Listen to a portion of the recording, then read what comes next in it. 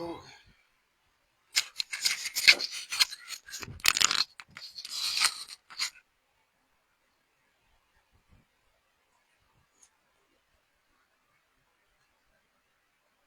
Shalom, shalom, shalom, shalom, shalom, shalom à tout le monde. Commencez déjà à massivement partager le live. Commencez à le partager déjà massivement, s'il vous plaît. Voilà. Voilà. Partagez-le, s'il vous plaît.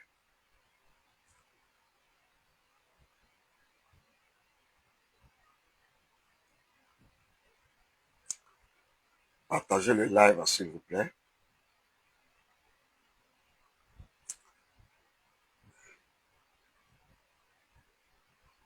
Partagez massivement le live, s'il vous plaît. Bien-aimés frères et sœurs,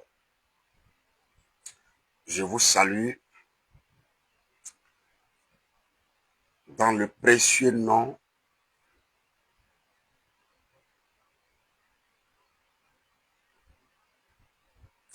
de notre Seigneur Jésus-Christ. Je vous salue dans le glorieux nom de notre Seigneur Jésus-Christ. Frères et sœurs, aujourd'hui est un grand jour pour vous et pour moi. Ce jour est un véritable jour. Ce jour-là est différent des autres. Et vous devez le savoir, surtout lorsque nous nous mettons là pour parler de la part de Dieu. Amen. Lorsque nous nous mettons là pour parler de la part de Dieu, permettez que je prie, que je rende grâce au Seigneur avant de commencer ce message. Notre Père, qui es aux cieux, en ce jour, nous voulons te rendre grâce. Nous voulons bénir ton nom. Nous voulons célébrer ton nom parce qu'il est bon, parce qu'il est grand, parce que ce nom est merveilleux. Ce nom donne un sens à notre vie sur terre et à notre vie dans le ciel. Ce nom est la signature qui nous défend, la signature qui nous sécurise. Et nous voulons te dire merci pour cela. En ce jour du mercredi 10 décembre 2025, Père, tu nous rassembles encore autour de toi. Et il est impossible de parler de toi sans toi. Nous savons que tu es le centre de ce moment. Tu es au centre de ce moment et c'est toi qui conduis ce moment. Nous voulons te dire merci pour la vie de ces plus de 230 personnes qui partagent massivement ce live. Et surtout, nous te disons merci de ce que tu leur permets de comprendre les choses comme tu nous donnes de comprendre. Merci de ce que tu permets qu'on parle comme tu souhaites, qu'on parle au nom de Jésus-Christ. Amen. Bien-aimés frères et sœurs,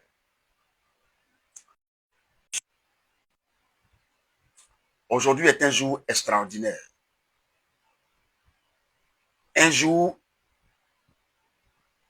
pas comme les autres. D'habitude, quand le Seigneur nous fait la grâce de sortir ici et parler, d'aucuns parmi vous disent, oui, il parle bien, il prêche bien, il donne des révélations, il donne des profondeurs, il donne des hauteurs spirituelles. Et nombreux sont ceux qui ne prêtent pas attention à ce que nous disons. Aujourd'hui, je voudrais tirer votre attention sur un fait. Remarquez que depuis le début de ce mois de décembre, nous sommes aujourd'hui, bien entendu, le 10, nous parlons des mystères. La vie de Jésus-Christ sur terre est un mystère. Et tout ce que Jésus a eu à faire étaient que des mystères. Et c'est seulement à certaines personnes qu'il a donné la grâce de révéler ces mystères. Vous savez, il y a des gens qui révèlent le mystère des anges. D'autres même vont jusqu'à donner par révélation des noms des anges qui n'ont pas été marqués dans la Bible.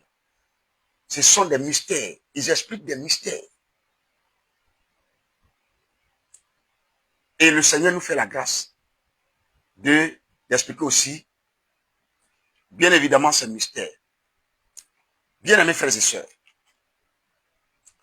remarquez que depuis un temps, je parle des mystères.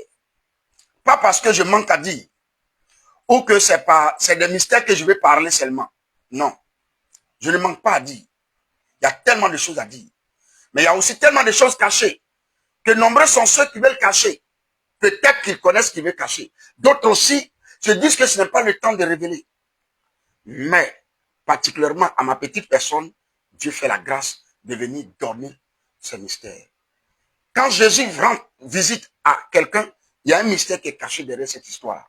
Quand Jésus marche avec quelqu'un, il y a un mystère qui est caché derrière cette histoire. Lorsque Jésus se fait baptiser, il y a un mystère. Quand il se retrouve à Gethsemane, d'ailleurs, le message prochain, on parlera de ça, c'est un mystère. Quand il est avec telle personne, c'est un mystère.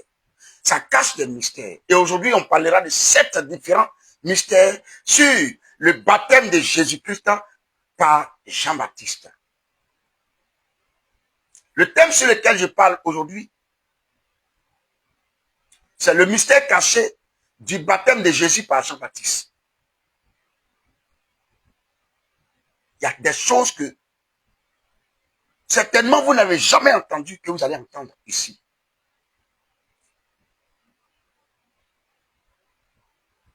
Et aujourd'hui, je vais présenter 7 mystères.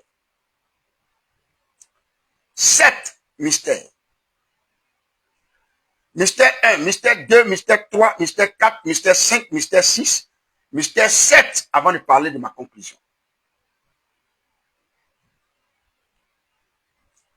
Et vous allez remarquer que tout ce que nous allons dire ici, ça sera soutenu par la parole de Dieu. Sinon, ça ne serait pas la parole de Dieu. Mais pourquoi, en cette période-là, en cette saison-là, il faut maintenant révéler ces mystères? Parce que ces mystères révèlent la divinité de Jésus-Christ. Et c'est seulement ceux qui sont les enfants de Dieu. C'est seulement ceux qui ont l'esprit de Dieu qui peuvent comprendre ce mystère. Et ce mystère est aussi donné à cause des incrédules, à cause de ceux qui sont incrédules, qui ne veulent pas, à cause de la dureté de leur cœur, ne veulent pas accepter Jésus-Christ comme Seigneur et Sauveur. Partagez plus de 235 fois ce message dans tous les groupes.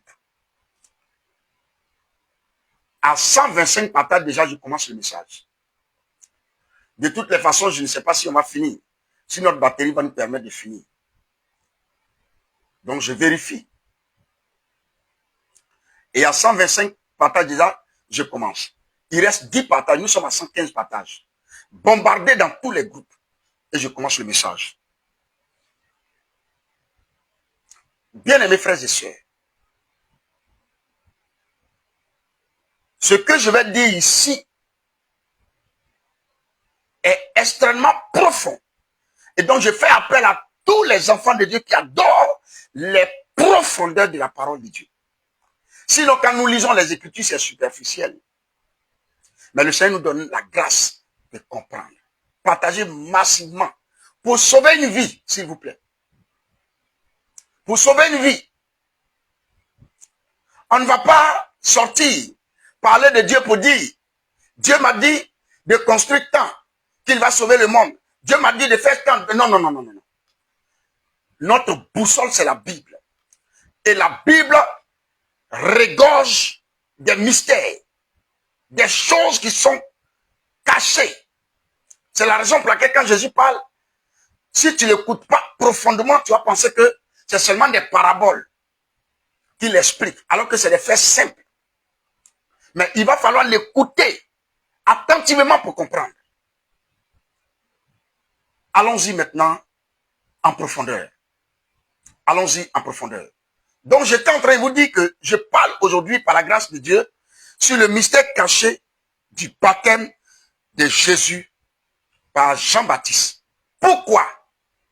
Pourquoi Jean-Baptiste, un être humain, un homme de même nature que toi et moi, baptise Jésus? C'est scandaleux. C'est scandaleux. Pourquoi Jésus instaure le baptême? Et c'est Jean-Baptiste qui vient ouvrir. Parce que jusqu'à présent, à part Jean-Baptiste, en dehors de Jean-Baptiste dans la Bible, on n'a pas vu quelqu'un qui est en train de baptiser. On a parlé de baptême à partir de Jean-Baptiste. Pourquoi? Pourquoi? Et aujourd'hui, cela nous a été aussi inculqué. Il faut obligatoirement se faire baptiser. Pourquoi? Pourquoi?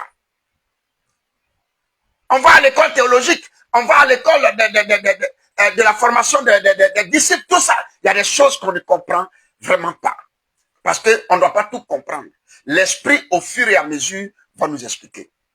Et donc aujourd'hui, là, l'Esprit de Dieu va t'expliquer pourquoi Jean-Baptiste baptise Jésus. Parce qu'il y a des mystères cachés dans cette histoire. Allons-y maintenant, bien-aimés. Est-ce que je peux avancer? Écrit avance prophète. S'il vous plaît, Justine, Marie, Leslie, qui veut participer à ce live, à cette vidéo, excuse-moi ma fille, mais je ne prends pas quelqu'un sur mon écran. C'est moi seul qui doit être vu sur l'écran. Voilà. Il faut écouter puis prendre des notes. Donc, il faut couper ta vidéo, ta demande de vidéo là, s'il te plaît. Voilà, coupe ta demande de vidéo et puis il faut écouter attentivement. Parce que si je te prends sur vidéo tout à l'heure, le bruit qui se passe chez toi va être entendu sur le live. Tu vois que le live est clair. Donc, on ne veut pas, s'il te plaît. Hein? Je ne vais pas accepter ta vidéo. Hein? Fais un effort, il faut couper la vidéo. Parce que ça dérange mon écran ici. Voilà. Sois gentil, il faut couper la vidéo. Voilà. Donc, le mystère caché du baptême de Jésus par Jean-Baptiste. Bien aimés frères et sœurs, ce que vous devez d'abord savoir, c'est que le baptême de Jésus par Jean-Baptiste n'est pas un simple rite d'eau. Ce n'est pas un simple rituel. Non. C'est un événement cosmique. C'est un événement cosmique. Ce n'est pas un simple rituel d'eau. C'est un tournant prophétique. Un déplacement, n'est-ce pas, dans les sphères célestes et un acte volontaire de Jésus pour ouvrir des dimensions spirituelles jusqu'à là verrouillées. Les dimensions spirituelles qui sont jusqu'à présent verrouillées là, il était venu pour déverrouiller ça.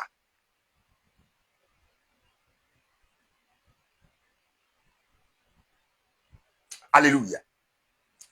Donc ce jour-là, vous devez comprendre qu'aujourd'hui, 3 mondes ont parlé.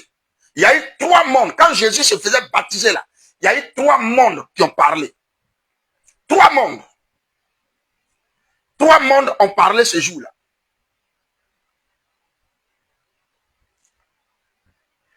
Justine, Marie, Leslie, je serai obligé de te bloquer, de te supprimer sur le live parce que je t'ai demandé de couper ta vidéo.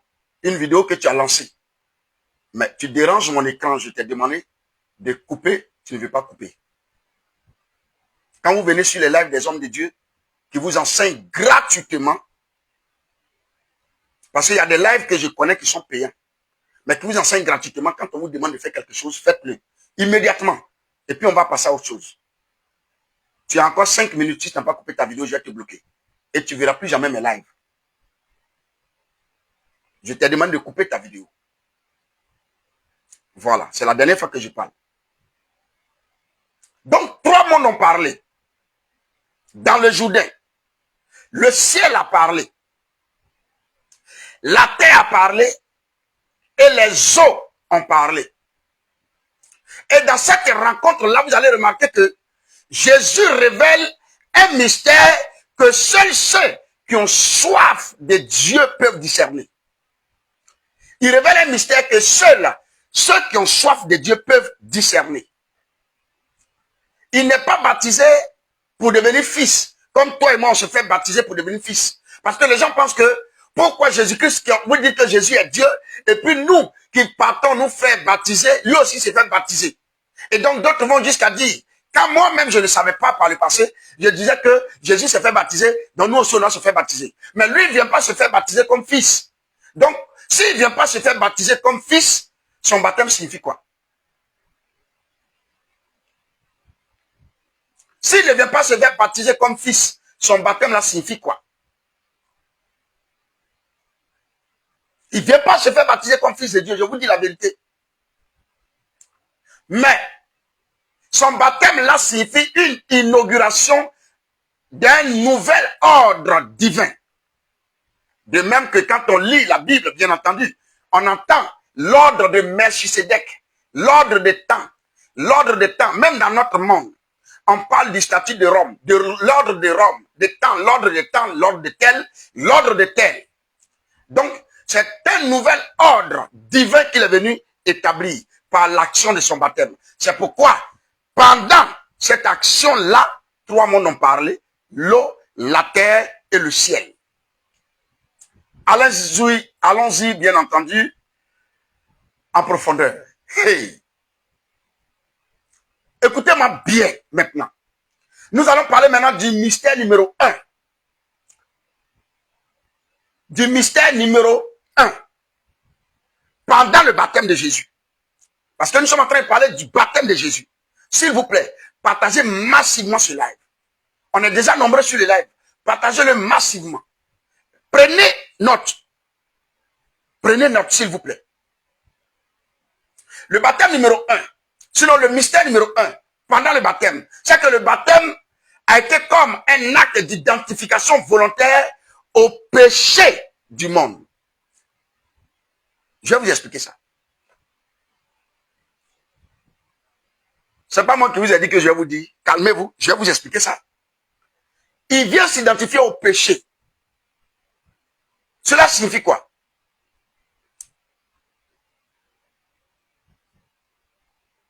La Bible dit dans 2 Corinthiens 5, verset 21, celui qui n'avait point connu le péché, il l'a fait devenir péché, comme nous. Allez-y lire. 2 Corinthiens 5, verset 21. Donc cela signifie quoi? Quand je dis que c'est le baptême comme acte, c'est-à-dire le baptême est comme acte d'identification volontaire au péché du monde, ça veut dire que Jésus se tient dans le même fleuve où les pécheurs confessaient leurs péchés. C'est-à-dire quoi? C'est-à-dire que le saint se met dans la ligne des coupables, non pour confesser, mais pour porter. Jésus-Christ n'a pas porté le péché de l'humanité à la croix. Jamais. Il a tué, il a détruit l'œuvre du diable à la croix, mais il l'a porté dans l'eau. Je suis en train de venir. Écoutez-moi bien. Hein. Ne prenez pas une petite partie de ma vidéo pour aller faire n'importe quoi. Écoutez très bien ce que je suis en train de dire. Écoutez très bien. Quand Jésus se tient dans le même fleuve où les pécheurs confessaient leurs fautes, vous allez remarquer que lui, il est saint. Donc, ce saint-là se met dans la ligne des coupables. Non pour confesser lui aussi ses péchés, parce qu'il est sans faute. Il est sans péché, d'accord? Mais pour porter le péché. C'est la raison pour laquelle 2 Corinthiens 5, verset 21 dit, celui qui n'avait point connu le péché, il a fait devenir péché pour nous. Donc lui, il est venu pour porter. Alors qu'il venait confesser le péché et faire le baptême de la rémission du péché, lui, il venait pour porter. Donc tous les péchés qui étaient dans cette eau-là, lui, il venait pour porter. Il faut qu'il porte afin d'aller crucifier ce mal-là, ce péché-là. Quand son corps est péché, il va aller tuer ce corps-là. C'est la raison pour laquelle quand il ressuscite, il prend un autre corps, mais pas le même corps que celui qu'il avait à la croix. Alléluia. Alléluia. Donc, cela signifie quoi? Quand nous lisons ces choses-là, nous voyons d'abord que c'est un mystère. C'est un mystère. C'est-à-dire que la pureté se met au milieu de l'impureté pour absorber l'iniquité du monde. La pureté se met au milieu de l'impureté pour absorber l'iniquité du monde. Donc, lui, il est venu là pour absorber, comme une attraction, comme de l'aimant qu'on dépose quelque part, qui fait, n'est-ce pas, une action d'attraction de fer. Donc, lui, il est venu là pour faire une attraction, pour absorber le péché de l'humanité. Cette parole-là, de baptême-là, ce premier mystère-là, dont nous sommes en train de parler, quand je dis que le mystère numéro 1, c'est le baptême comme. Le baptême est comme un acte d'identification volontaire au péché du monde. Quelle est notre part? Ou bien qu'est-ce que Dieu veut nous dire au travers de cela? Vous devez comprendre en tant que chrétien que quand Dieu veut te révéler, il te fait passer par le lieu où d'autres s'effondrent pour te donner une grâce, n'est-ce pas, que ceux-là qui s'effondrent là n'ont jamais reçu. C'est pourquoi il te fait passer là. C'est la raison pour laquelle la grâce que Jésus a reçue, un être humain ne peut pas avoir ça. Il passe par là d'abord. Est-ce qu'on me comprend bien? Ça peut aller? Est-ce que tout va bien? Je peux avancer? Répondez-moi, est-ce que je peux avancer? Est-ce que je peux maintenant avancer? Partagez massivement les lives, s'il vous plaît. Est-ce que je peux maintenant avancer? Je peux prendre le mystère suivant? Est-ce que je peux maintenant avancer? Partagez massivement les lives, s'il vous plaît. Alléluia. Alléluia. Alléluia.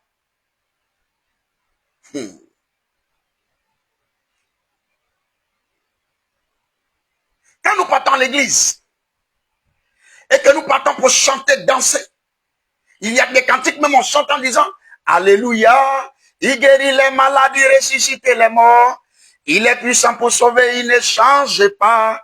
Dieu va faire des miracles, Dieu va faire encore. Il est passé par là. Il est passé par là. Donc quand Dieu veut te révéler, il veut te révéler à des gens, il te fait d'abord passer par le lieu où d'autres s'effondrent. Mais toi, tu ne pourras pas t'effondrer pour te donner une grâce que eux n'ont jamais reçue. C'est ce que cette partie-là du mystère numéro 1 nous enseigne. Mystère numéro 2. Le baptême de Jésus par Jean-Baptiste est perçu comme l'accomplissement des prophéties cachées d'Ésaïe et de Psaume. Quelles sont ces prophéties cachées-là? Hey! J'adore les profondeurs. Quelles sont ces prophéties cachées-là? Le mystère numéro 2 que révèle le baptême de Jésus par Jean-Baptiste, c'est que ce baptême-là est perçu comme l'accomplissement des prophéties cachées d'Ésaïe et des Psaumes. Ésaïe 42, verset 1er dit ceci. Voici mon serviteur que je soutiendrai. J'ai mis mon esprit sur lui. Voici, il présente.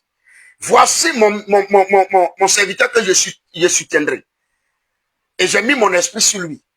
Ésaïe 42, verset 1er. Vous pouvez aller lire après.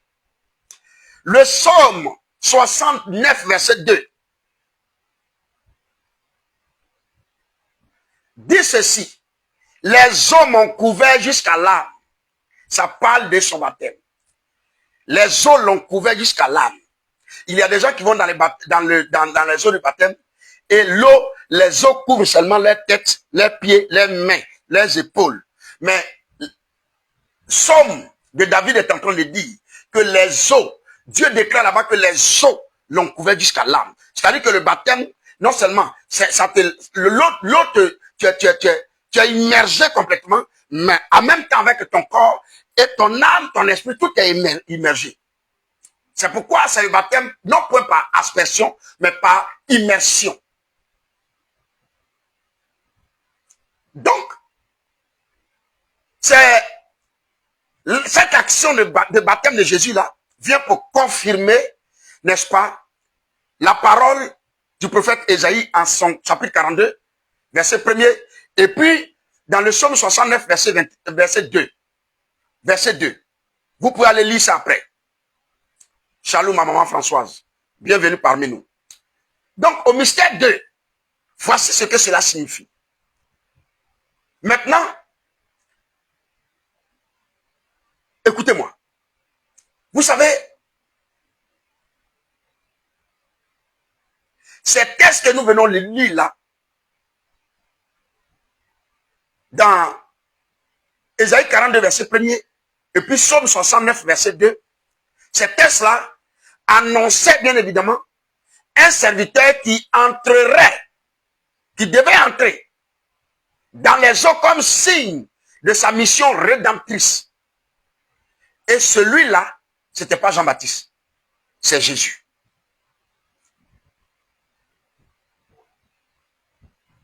Vous savez, alors que je suis en train de préparer ce message, je fais un coucou au passage au docteur Adam Jean-Louis. Il nous a donné une problématique. Alors qu'on était en train de préparer notre maîtrise, Master 1, Master 2 en théologie, il nous a donné une problématique. Et puis il nous dit d'expliquer ça. Il nous dit ceci. Et c'est, d'ailleurs, quand je préparais ce message-là, je comprends mieux maintenant ce qu'il disait. Ce monsieur-là, chapeau à lui. Il est assis. Oh. Le docteur Adam Jean-Louis. Pour parler un peu comme chez nous, les Ivoiriens, il n'y a pas l'homme pour lui. Il n'est pas camarade de quelqu'un. Il dit ceci. L'Ancien Testament, non, le Nouveau Testament est caché dans l'Ancien. Mais l'Ancien est révélé dans le Nouveau. Et puis il nous dit cela signifie quoi? Il veut qu'on explique ça. Et on était plusieurs étudiants ce jour-là. Et chacun devait expliquer. Ah! L'Ancien, c'est le Nouveau Testament est révélé dans l'Ancien. Et l'Ancien, le Nouveau Testament se trouve dans l'Ancien et l'Ancien est révélé dans le Nouveau. Et c'est une problématique qu'il nous donne et il veut que chacun explique ça. Il dit l'explication de chacun va voir, il va lui donner de comprendre si on est apte à la maîtrise.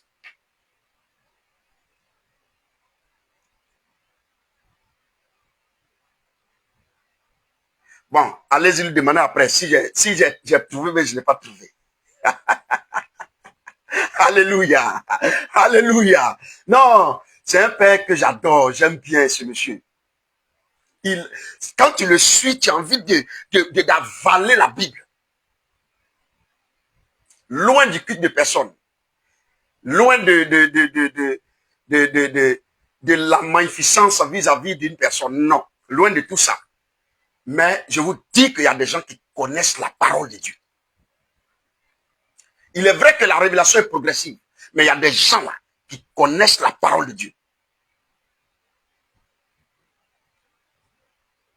Oh.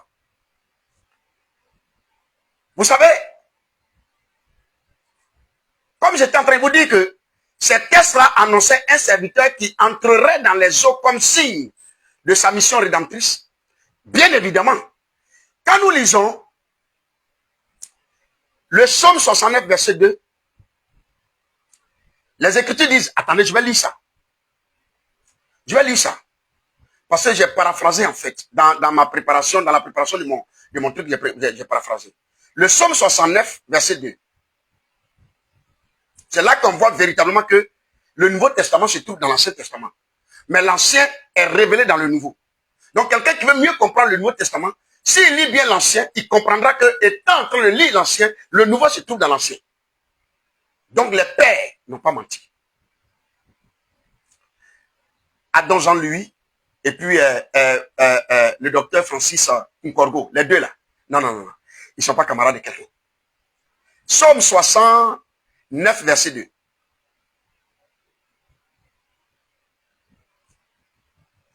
Psaume 69, verset 2. Il dit, j'enfonce dans la boue.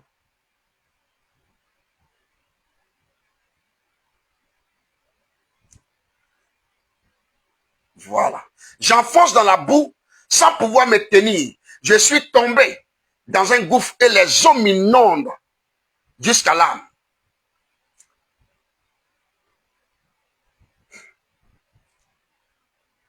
Les eaux m'ont couvert, en d'autres termes, jusqu'à l'âme. Les eaux ont couvert qui? C'est qui les eaux ont couvert? C'est Jésus. C'est l'action de Jésus. C'est l'action de Jésus. Lisons Ésaïe 42, verset 1er.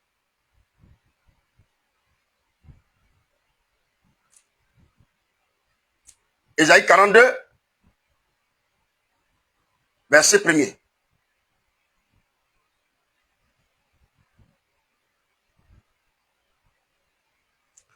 Ésaïe 42 dit ceci, voici mon serviteur, que je soutiendrai, mon élu, en qui mon âme prend plaisir. J'ai mis mon esprit sur lui.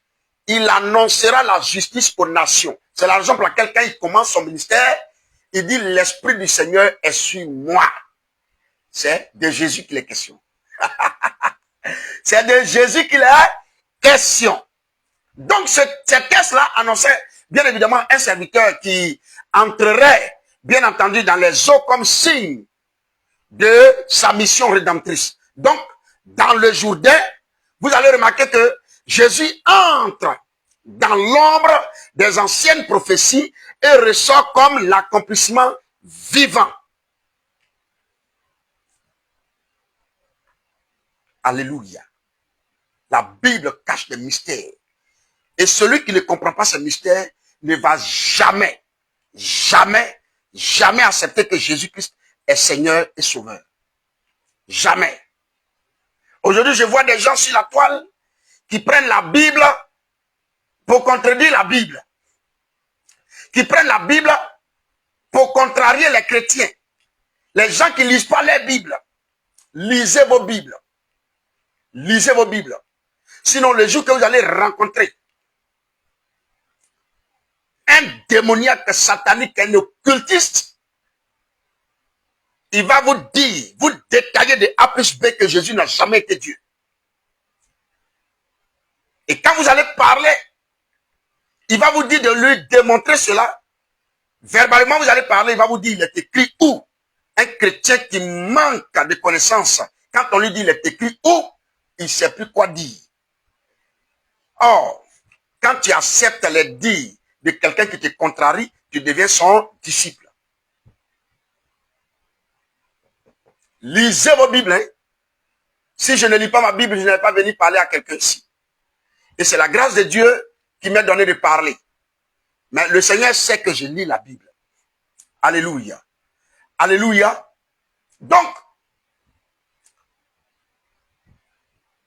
cela, quand on met notre vie dans cette histoire, n'est-ce pas, du deuxième mystère qui parle du baptême comme accomplissement des prophéties cachées d'Ésaïe et de Psaume, quand on met nous notre propre vie dedans, voici ce que ça signifie.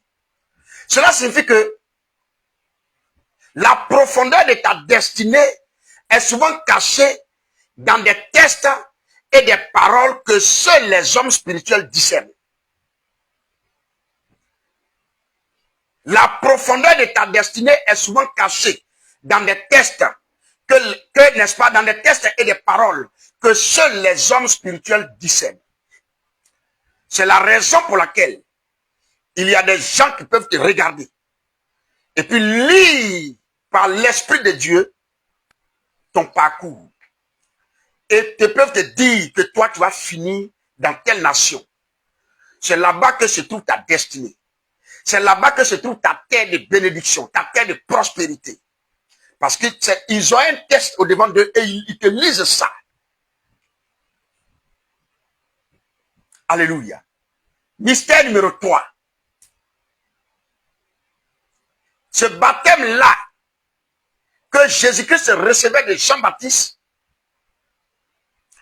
est perçu, sinon prophétiquement, C'était un baptême comme transfert prophétique entre le dernier prophète et l'ancienne alliance, le dernier prophète de l'ancienne alliance, pardon, et le premier de la nouvelle alliance. Je vais vous expliquer ça. Je vais vous expliquer ça tout doucement. Soyez posés, parce que là, je suis en train de chercher à appuyer un peu l'accélérateur. Écoutez-moi bien. Écoutez-moi bien. Le troisième mystère que vous devez comprendre, c'est que ce baptême-là est comme un transfert prophétique entre le dernier prophète et le dernier prophète de l'ancienne alliance et le premier prophète de la nouvelle alliance. C'est-à-dire quoi? Jean-Baptiste est le dernier prophète de l'ancienne alliance. Même s'il est annoncé n'est-ce pas, dans la nouvelle alliance, mais il est perçu comme dernier prophète de l'ancienne alliance. Donc c'est lui qui devait venir porter ça, poser cette action-là à ce nouveau prophète, qui est la personne de Jésus-Christ. Allons-y en profondeur. La Bible dit dans Luc 16:16 que la loi et les prophètes ont subsisté jusqu'à Jean. La loi et les prophètes ont subsisté jusqu'à Jean. Or, c'est Jean-Baptiste. Ça a existé, ça a régné, ça a cantonné. On a marché dessus jusqu'à Jean. On a vécu avec jusqu'à Jean. Jean-Baptiste. Donc ça veut dire que quand on dit jusqu'à Jean, après Jean, il n'y a plus quelqu'un d'autre. Il y a Jésus lui-même qui vient. Donc Jean représente la fin d'un ordre. C'est la raison pour laquelle, dans mon introduction, je vous ai dit que Jésus-Christ était, n'est-ce pas, le début d'un ordre et la fin d'un ordre. Donc Jean-Baptiste était la fin d'un ordre. Jésus représente le commencement d'un autre ordre. Alléluia. Vous savez, dans les eaux, qu'est-ce que Jean fait? Et ça m'a vraiment touché. Dans les eaux là, dans le Jourdain, Jean transfère symboliquement à Jésus l'héritage prophétique de tous ceux qui l'ont précédé. En l'occurrence Moïse, Élie, Ésaïe, etc., etc., etc., etc. Donc, cette action-là était un transfert. Cette action-là était un transfert que Jean-Baptiste est en train de faire à Jésus. Donc, Jean transmet symboliquement à Jésus l'héritage prophétique de tous ceux qui l'ont précédé. Quels sont ceux qui ont précédé Jésus? Il y avait Moïse, il y avait Élie, il y avait Élisée, il y avait Ésaïe, et tout cela. Alléluia. Alléluia. Alléluia. Donc, ce que vous devez savoir et comprendre dans cette histoire-là, c'est que quand nous regardons bien le baptême de Jésus-Christ par Jean-Baptiste, nous regardons bien, on voit que prophétiquement, par rapport à ce transfert-là, sur, n'est-ce pas, le quatrième mystère et le troisième mystère, bien entendu, dont je viens de dire, je vous ai dit tout à l'heure que le troisième mystère, n'est-ce pas, signifie que ce baptême est comme un transfert prophétique entre le dernier prophète de l'Ancien Testament et le premier du Nouveau. Donc, cela signifie quoi? Quand on veut introduire notre vie dans cette parole, ce que vous devez comprendre, c'est que prophétiquement, Dieu, qui est celui qui est notre sujet d'adoration, te fera rencontrer un homme ou une femme qui représente la fin d'une saison, afin que tu rentres dans la sienne. C'est la raison pour laquelle quand on prie ici,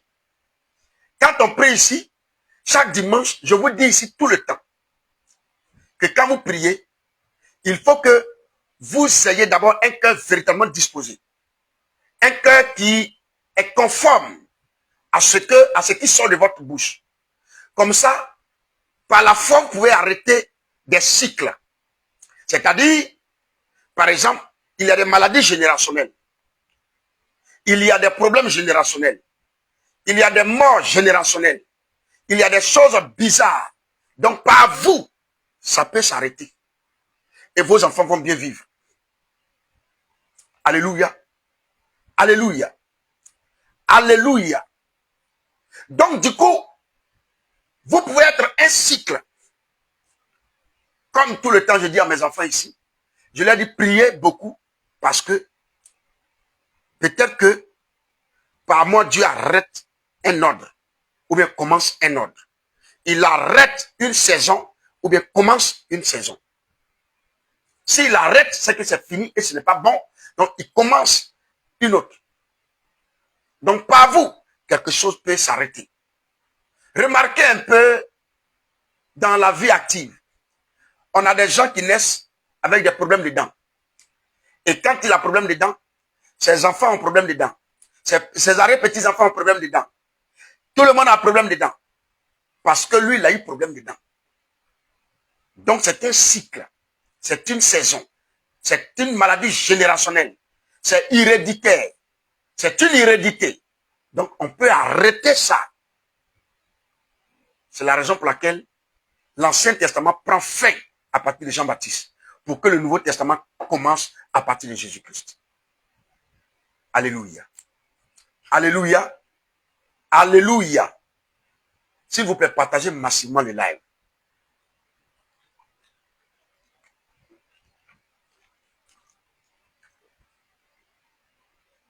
Donc, Dieu peut te faire rencontrer un homme, une femme, qui va peut-être parler dans ta vie et arrêter un cycle. Arrêter un cycle. Et je déclare que tout cycle de ta vie, toute saison de ta vie, qui ne t'arrange pas, qui te détruit et qui t'éloigne de Dieu, s'arrête maintenant même, alors que je parle, au nom suprême de Jésus-Christ. Et que le meilleur commence pour toi. Au nom de Jésus. Que tout démon de famille qui parle encore contre toi, tout autel qui parle encore contre toi se taise. Et que l'autel de Jésus-Christ, le plus grand, la croix de Golgotha, parle en ta faveur. Au nom de Jésus. Mystère 4.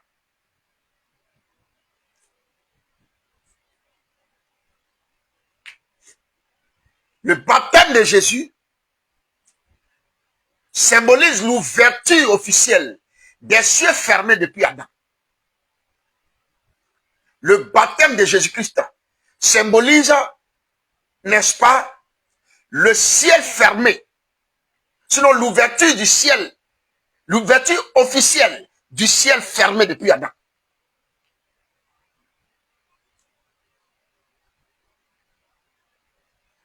La Bible dit dans Ésaïe chapitre 64, verset 1er. Oh, si tu déchires les cieux et si tu descendais, vous allez lire après, moi j'ai paraphrasé. Si tu déchires les cieux et si tu descendais. Donc quand Jésus sort de l'eau, les cieux se déchirent et une voix se fait entendre. Lorsque Jésus-Christ sort de l'eau, le ciel se déchire et une voix de confirmation se fait entendre. Et cette voix-là se fait entendre 2 fois dans la Bible.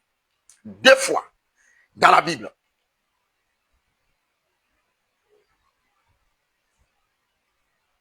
Bien-aimés frères et sœurs, quand Jésus sort de l'eau, les cieux se déchirent. Parce que depuis Adam, le ciel n'avait jamais été décrit comme déchiré. Mais seulement ouvert. Le ciel a été déclaré ouvert, mais pas déchiré. Alléluia. On a dit que le ciel est ouvert, mais pas déchiré. Donc, je voudrais dire ceci à quelqu'un.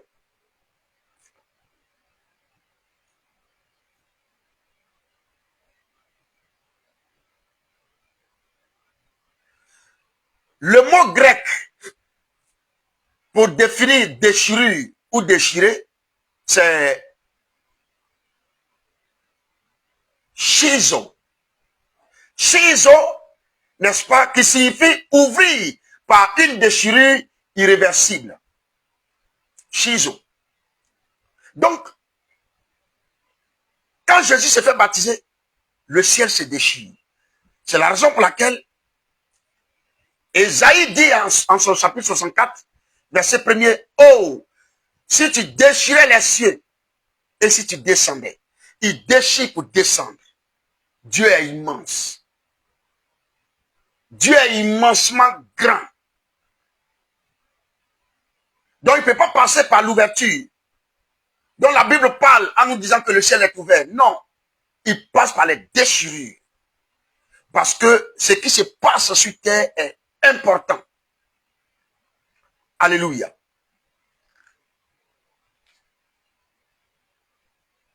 Bien-aimés frères et sœurs, lorsque Dieu déchire quelque chose pour toi, aucune personne, aucune entité ne peut coudre. Parce qu'il est immense. Il va le faire bien et propre pour toi. Avant de toucher le 5e mystère, sur le baptême de Jésus-Christ, je voudrais rappeler le thème qui nous rassemble. Le thème qui nous rassemble, bien aimé, c'est le mystère caché du baptême de Jésus-Christ. Jésus par Jean-Baptiste. Pas Jésus-Christ, mais Jésus par Jean-Baptiste. Alléluia. Alléluia.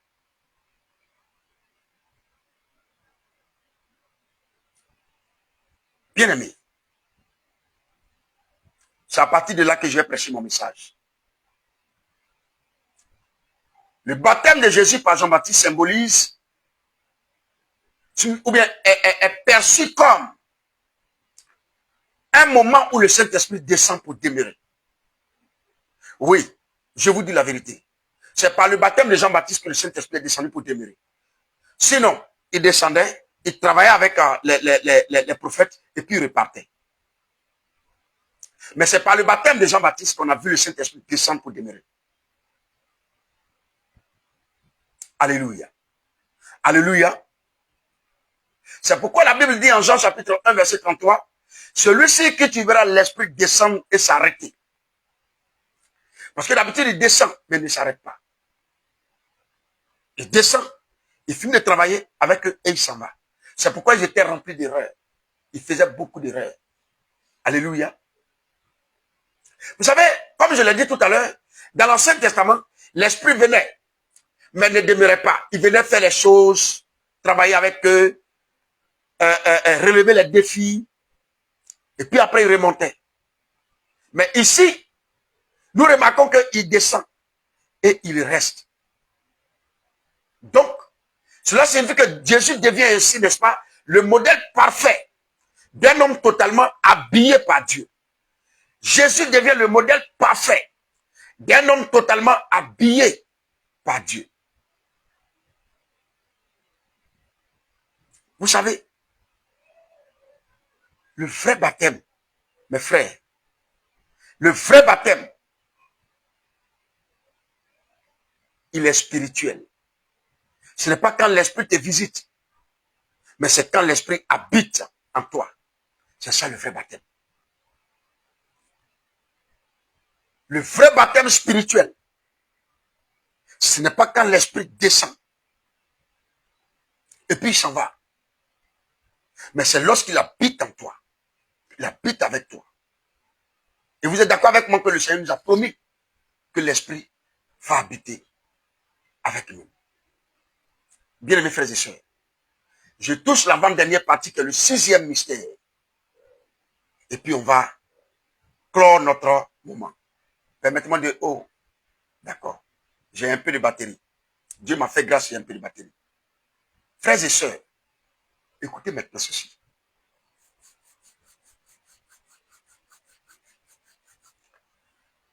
Remarquez très bien que quand Jésus s'est fait baptiser, l'Esprit a parlé. La voix du Père s'est fait entendre. Donc, le baptême est perçu ici comme la proclamation audible du Père, confirmant l'identité du Fils. celui-ci est mon fils bien-aimé, en qui j'ai posé toute mon affection. Donc la proclamation audible du Père confirmant l'identité du Fils.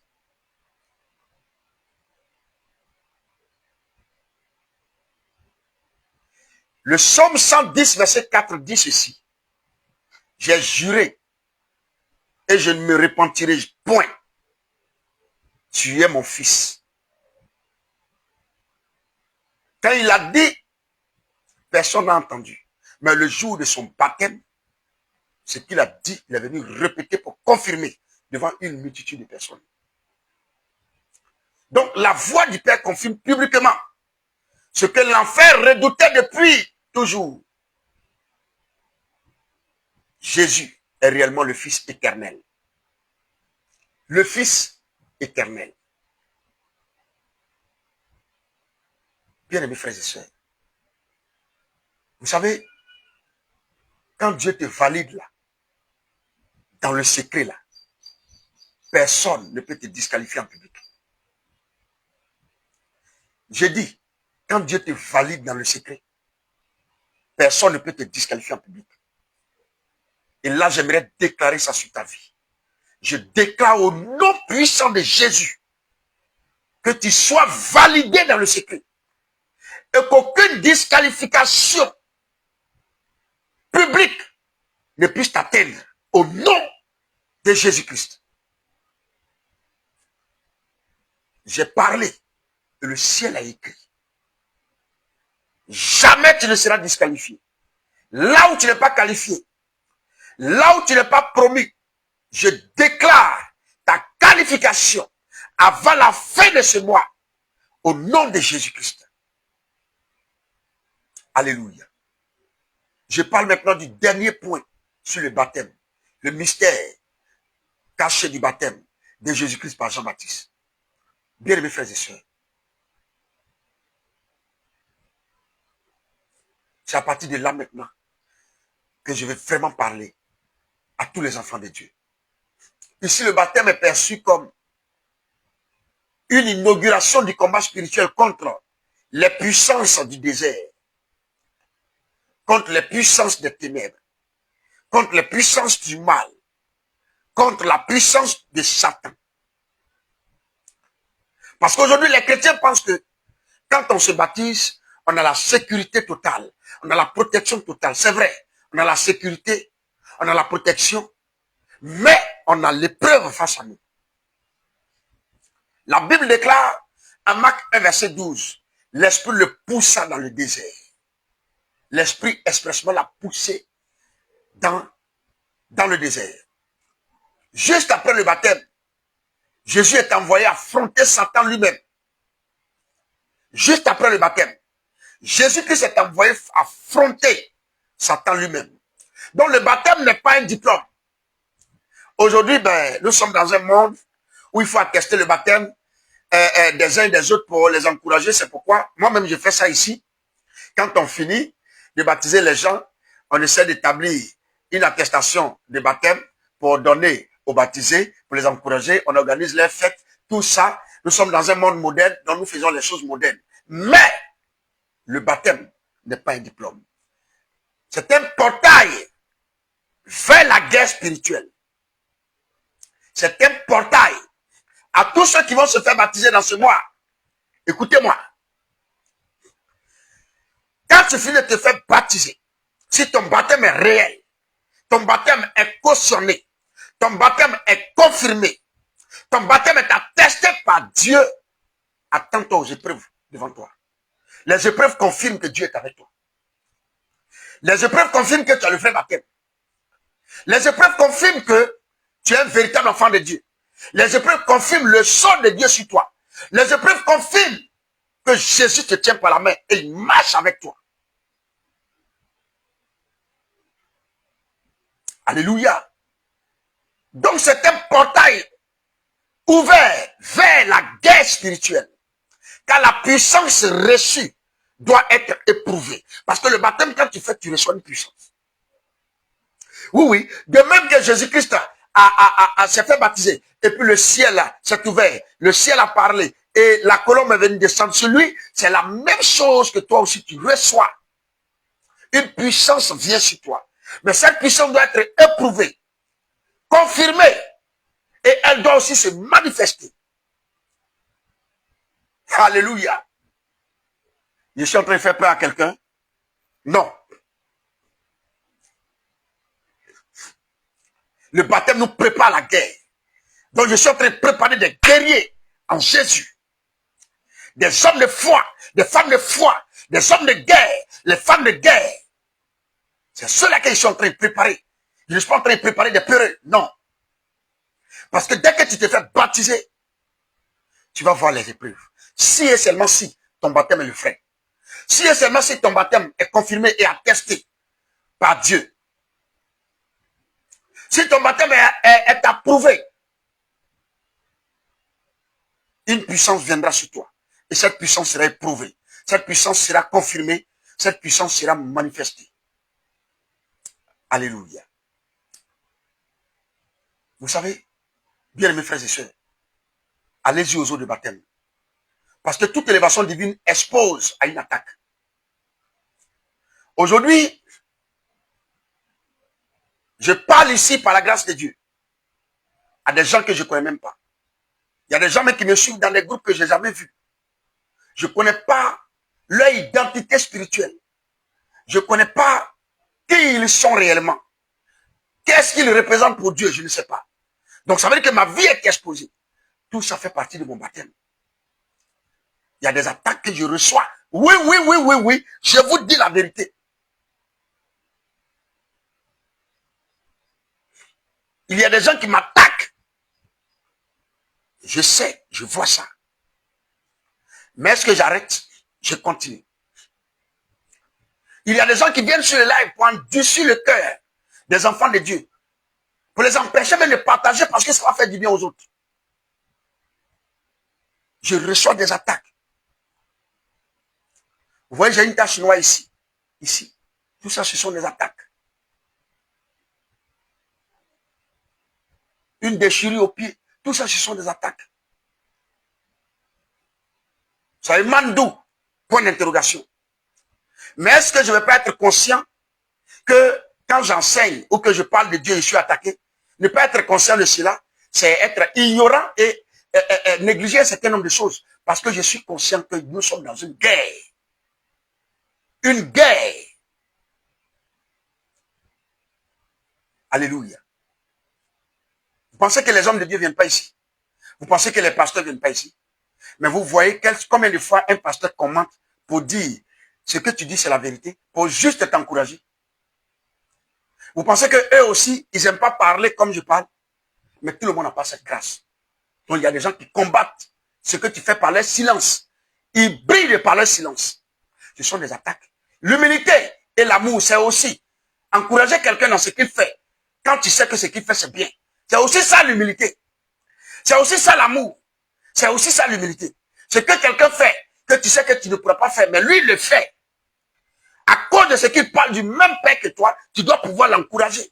Mais il brille de par leur silence. Même un seul commentaire, ils ne mettent pas. Même jamais ils ne mettent pas. Mais ce que je dis, ils écrivent. Ils vont enseigner ça dans leur église. Il y a des révélations qui sortent ici. Qui leur passent de travail. Mais ici, quand ils reçoivent, ils écrivent. Et après, ils vont amplifier, prier et enseigner ça. Mais me dire, frère, ce que tu fais, c'est bon. Continue, là, jamais. Tout ça, ce sont des attaques. Vous comprenez? Ce sont des attaques. Et je sais ça. Donc, vous devez comprendre que toute élévation divine expose à une attaque. Mais c'est aussi la preuve que le ciel t'a déjà équipé pour la victoire. C'est la raison pour laquelle n'ayez pas peur d'aller dans les eaux de baptême. N'ayez pas peur. Parce que si vous partez au baptême, c'est que le ciel vous a équipé. Si vous partez au baptême, c'est que le ciel vous a équipé. J'aimerais finir pour dire ceci. Bien-aimés frères et sœurs, je finis. Voici ma conclusion. Le baptême de Jésus est un mystère qui dépasse de simples passages. Sinon, ce simple passage dans l'eau. C'est aussi un acte prophétique. C'est aussi un point de bascule. C'est une porte céleste. C'est un transfert d'autorité. Et c'est aussi une manifestation, j'aimerais dire, visible de l'alliance éternelle entre le Père, le Fils et le Saint-Esprit. Le baptême de Jésus. Et comme Jésus, vous le savez, nous aussi, nous passons par là. Et donc, comme Jésus, lorsque tu entres dans les eaux, préparées par Dieu, les cieux s'ouvrent. Il n'y a pas de débat derrière cette histoire. Les cieux s'ouvrent. L'Esprit descend. Et la voix du Père t'appelle par ton nom. La voix du Père t'appelle par ton nom. Oui. La voix du Père t'appelle par ton nom. La voix de ton Père t'appelle par ton nom. C'est pourquoi la Bible dit, quand un seul se convertit, il y a la joie dans le ciel. N'arrêtez pas votre vie chrétienne par votre baptême. Nombreux sont ceux qui arrêtent leur vie chrétienne par leur baptême. Tu finis de te faire baptiser. Tu es affermi. Et puis tu es là. Personne ne te suit pour aller à l'église. C'est comme si ton baptême est neutre. Ta puissance ne se manifeste pas. Tu n'arrives pas à impacter quelqu'un. Tu ne peux pas parler de Jésus à quelqu'un. Et puis tu es là. Bien mes frères et sœurs, changez de mentalité. On est sauvé pour sauver. On est baptisé pour baptiser. On est ordonné pour ordonner. On est enseigné pour enseigner. On a approuvé pour approuver. On est élevé pour élever.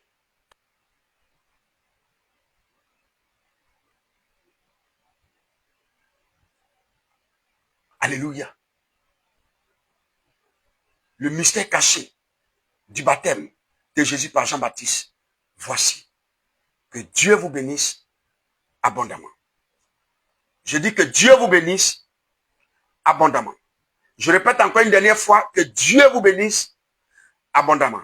Oh, j'ai envie de répéter encore une autre fois, que Dieu vous bénisse abondamment. Je dis que Dieu vous bénisse abondamment. Je vous ai demandé de partager ce message massivement et vous ne l'avez pas fait. Vous avez partagé le message 160 fois. Je crois même 162 fois. C'est pas intéressant. Vous devez davantage partager ce message-là.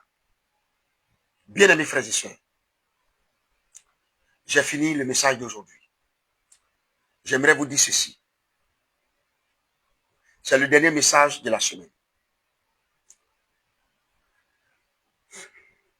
À cause de quelques activités que j'aurai à faire ce week-end.